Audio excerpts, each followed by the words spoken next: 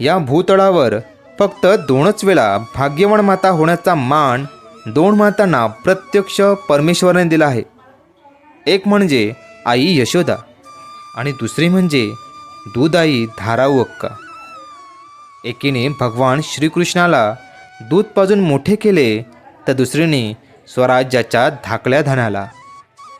छत्रपती संभाजी महाराजांचा जन्म 14 मे 1657 साली पुरंदरगडावर झाला. जेव्हा संभाजी महाराजांचा जन्म झाला तेव्हा सर्वत्र आनंदोत्सव साजरा केला गेला, कारण स्वराज्याचे दुसरे धणी जन्माला आले होते. सर्वत्र वातावरण आनंदाचे होते, पण नियतीच्या मनात मात्र काहीतरी वेगळेच सुरू होते.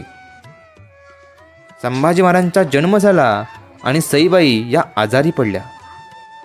त्या इतक्या आजारपणात खंगल्या गेल्या होत्या की शंभूराजांना दूध देखील त्या पाजू शकत नव्हत्या.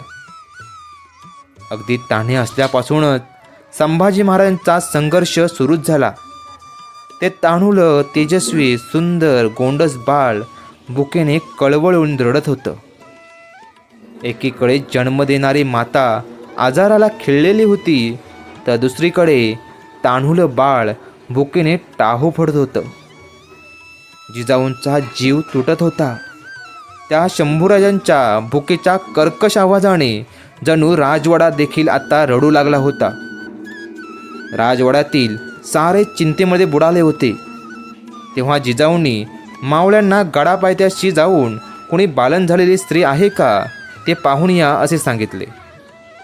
मावळे देखील लगेचच शोध करायला निघाले. काही वेळानंतर ते माहिती घेऊन पुढे आले आणि पुरंदरच्या पायथ्याशी असलेल्या कापूरहोळ या गावामध्ये तुकोजी गाडे पाटील यांची पत्नी बाळंत झालेली आहे असे सांगितले.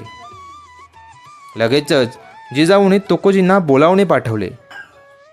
आईसाहेबांचा निरोप आलाय म्हटल्यावर तो तुकोजी देखील लगेचच गडाकडे निघाला. तेव्हा जिजाऊंनी त्यांना सर्व परिस्थिती समजावून सांगितली. सईबाई आजारी असल्यामुळे बाळास दूध देऊ शकत नाही आणि बाळ दुधासाठी रडत आहे. तेव्हा आम्हाला बाळाला दूध पाजणाऱ्या आईची गरज आहे.